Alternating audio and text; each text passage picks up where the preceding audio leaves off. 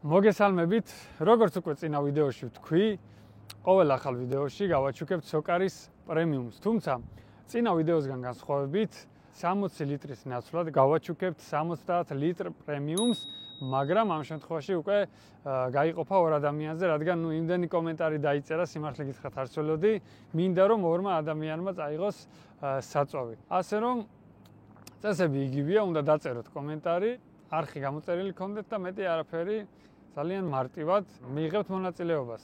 ასევე მადლობა წინა ვიდეოში უამრავი კომენტარისთვის, წარმატებებისთვის და რა ვიცი, ვეცდები ხშირად დავდო ვიდეო და შესაბამისად საწვავიც ხშირად გაჩუქდება. თუ თვლით რომ ჯობია ერთმა ადამიანმა მოიგოს ვიდრე ორმა და უფრო მეტი საწვავი, მაშინ ეგეც დამიწერეთ და შემდეგზე ეგრე გავაკეთებთ. ახლა კი დავიწყოთ ჩვენი განხილვა.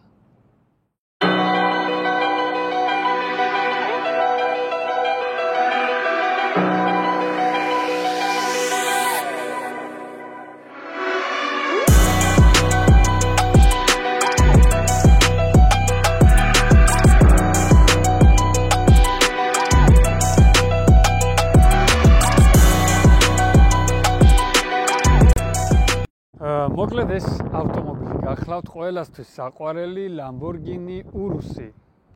ხუმრობ რა თქმა უნდა, ეს არის ჯეტურ დაშინგი, რომელიც ძალიან მაგრად გამოიყურება და ეს არის ერთ-ერთი მიზეზი, რის გამოც ეს მანქანა იყიდება. ჯეტური გახლავთ ჩინური ავტომწარმოებელი, Chery Holdings ერთ-ერთი შემადგენელი ნაწილია. Chery დაარსდა 1997 წელს. და მის შემდეგ უკვე უშვებს მანქანებს. საკმაოდ ეფექტურია, ეს ვიწრო განათება, ძალიან ეფექტურია. გათვლათ ზუსტად ეს იყო ამ ბრენდის, რომ გასულიყვნენ ახალ მომხმარებელზე, უფრო ახალგაზრდებზე და მე ვფიქრობ, კარგად გამოუვიდათ ეს. ერთადერთი პრობლემა, რაც ჩვენთან და ალბათ მსოფლიოს ბევრ ქვეყანაში არის თვითონ ბრენდი, ჯეტური. როცა მანქანი შეძენა გვინდა და მაგალითად ახალი ცენტრის მანქანი შეძენა გსურს, დარწმუნებული ვარ, არავის თავში არ მოდის, რომ აი ჯეტური უნდა შევიძინო. იცით რომ ჩინურ მანქანებს არ აქვს ჯერჯერობით ისეთი სახელი პირიქით. ადამიანები არ ენდობიან ჩინურს, თუმცა აქაც რაღაცებია გასათვალისწინებელი. ჩინელები საკმაოდ ჭკვიანი ხალხია და მე პირადად ვარ ჩინეთში არაერთხელ ნამყოფი და კოვიდამდე 2019 წელს ვიყავი. მაშინ მინდა გითხრათ, რომ იყო საკმაოდ ბევრი ჩინური ავტომობილი ქალაქში, ქუჩებში, თუმცა არაფერი განსაკუთრებული იქ არ იყო. 2023 წელს რო ჩავედი, საკმაოდ სხვა სურათი დამხვდა და დღესდღეობით ჩინეთში ხდება საოცრება.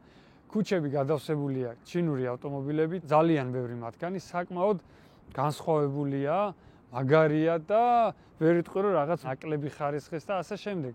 ისინი თავის თავზე არ იღებენ ავტომობილების წარმოებას სრულად და ვერც აიღებენ, რადგან არ არის მარტივი ზოგადად ავტომობილის შექმნა საკმაოდ რთული პროცესია. ამიტომ ისინი თანამშრომლობენ ყოფილ ინჟინერებთან, ან მოქმედ ინჟინერებთან, დიზაინერებთან, წამყვანი ბრენდებიდან და შემდეგ ისინი მოყავთ ჩინეთში და მათი დახმარებით იქმნება ასეთი და რა თქმა უნდა, ბევრად უკეთესი მოდელები. თქმა უნდა, ეხლა ყველა ვიცით, რომ ჩინური მანქანები შემოვიდა და უმეტესი მათგანი არის ელექტრო, მაგრამ ეს არის ჩვეულებრივი ბენზინის შიდაწვის ძრავით, 1.6 ტურბოძრავია და ჩვეულებრივი ავტომობილია. ერთი რამ შეიძლება ითქვას, რომ მართალია არ აქვს ისეთი ისტორია, როგორც Ford და Toyota, Mercedes და ასე შემდეგ, მაგრამ მაგალითად ჩვენ რომ საქართველოში შევქმნათ რაიმე ქართული ავტომწარმოებელი 2025 წელს 2050-2055 წლებში უკვე გვეცოდინება ეს ავტომობილი როგორია, როგორ დადის, როგორი გამძლეობა აქვს და ასე შემდეგ.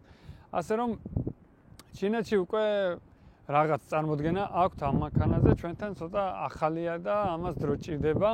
თუმცა გარანტია აქვს 5 წელი ან 150,000 კილომეტრი და ასევე თუ არ ვწდები, ძრავზე აქვს 10 წელი ან 1 მილიონი კილომეტრი გარანტია, რაც საკმაოდ დიდია. და თუ ეს ავტომობილი მართლა ასეძლებს, საკმაოდ კარგი მიღწევა.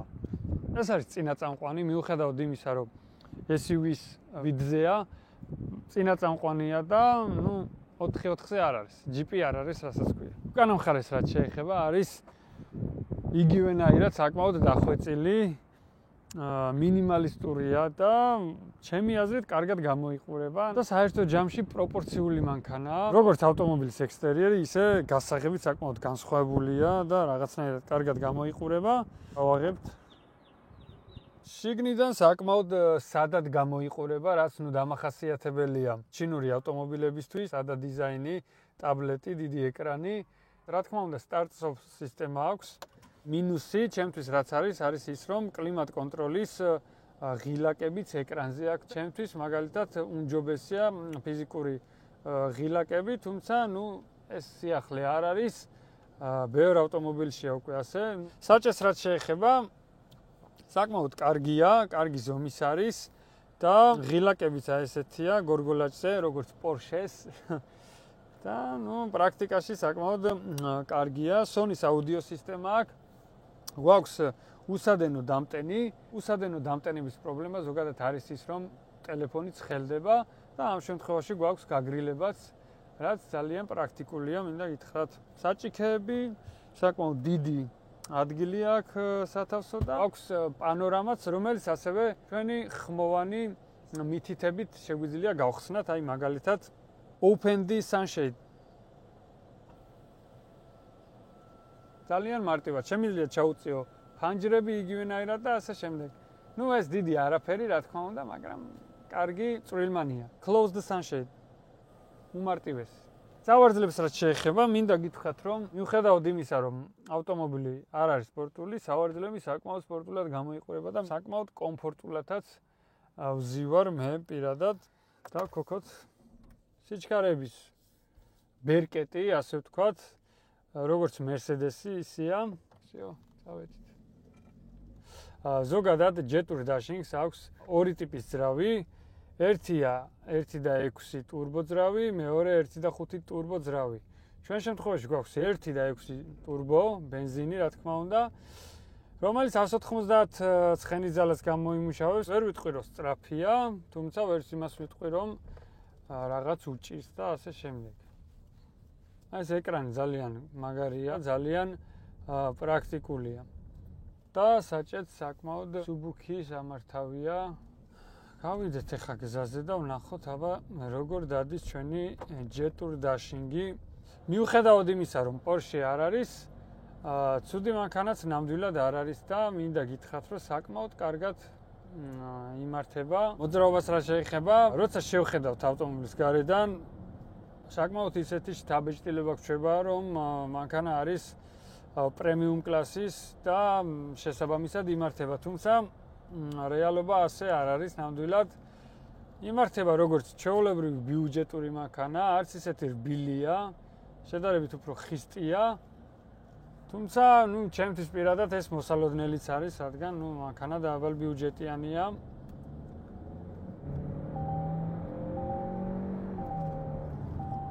გაწევას ნორმალურია, ვერ ვიტყვი რომ დაფრინავს, თუმცა ვერც იმას ვიტყვი რომ რაიმე უჭირს.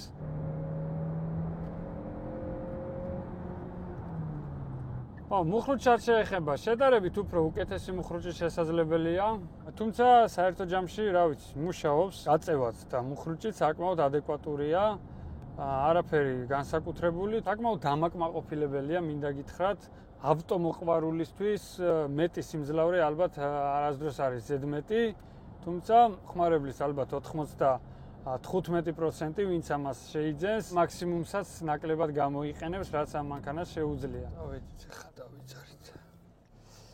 საკმაოდ კომფორტულია ეს კამერები. ყოველდღიურ ხმარებაში ძალიან ვეხმარება და ვფიქრობ, რომ აი ამ ფასში ძალიან მაგარია.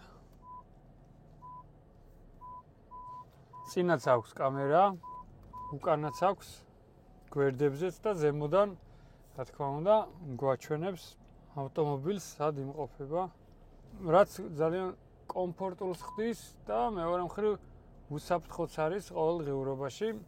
სხვადასხვა არ მოველოდი და აქვს სავარძლების გათბობა, გაგრილება, ბენზინი ჩავასხათ სოკარში და შემდეგ განვაგრძოთ. საბოლოოდ დასკვნის სახით რომ შევაჯამოთ რა არის Jetour Dashing-ი.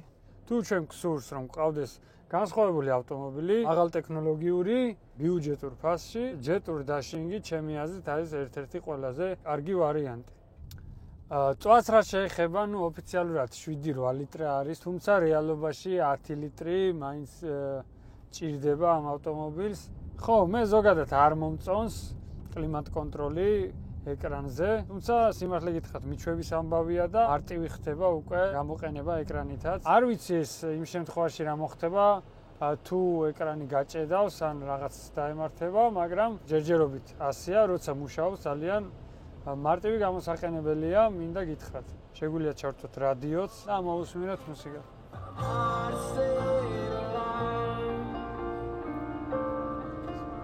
საკმაოდ ნორმალურად ისმის, მე თუ მკითხავთ. რა ფასსაც ვიხდით, იმის შესაბამისი მოლოდინი უნდა გქონდეს, ავტომობილზეც და ზოგადად ყველაფერზე. ამ შემთხვევაში ჯეტური თავის მოლოდინებს მე ვფიქრობ, რომ ამართლებს, თუმცა მომავალში როგორ შეინარჩუნებს ამ ყველაფერს, როგორი გამძლე იქნება, ამას უკვე დრო გვიჩვენებს. თეორიულად საკმაოდ გამძლეა, გარანტია საკმაოდ შთამბეჭდავი აქვს, თუმცა ჩვენთან რეალურ ცხოვრებაში თბილისში რას იზავს უკვე ამას დრო გვიჩვენებს.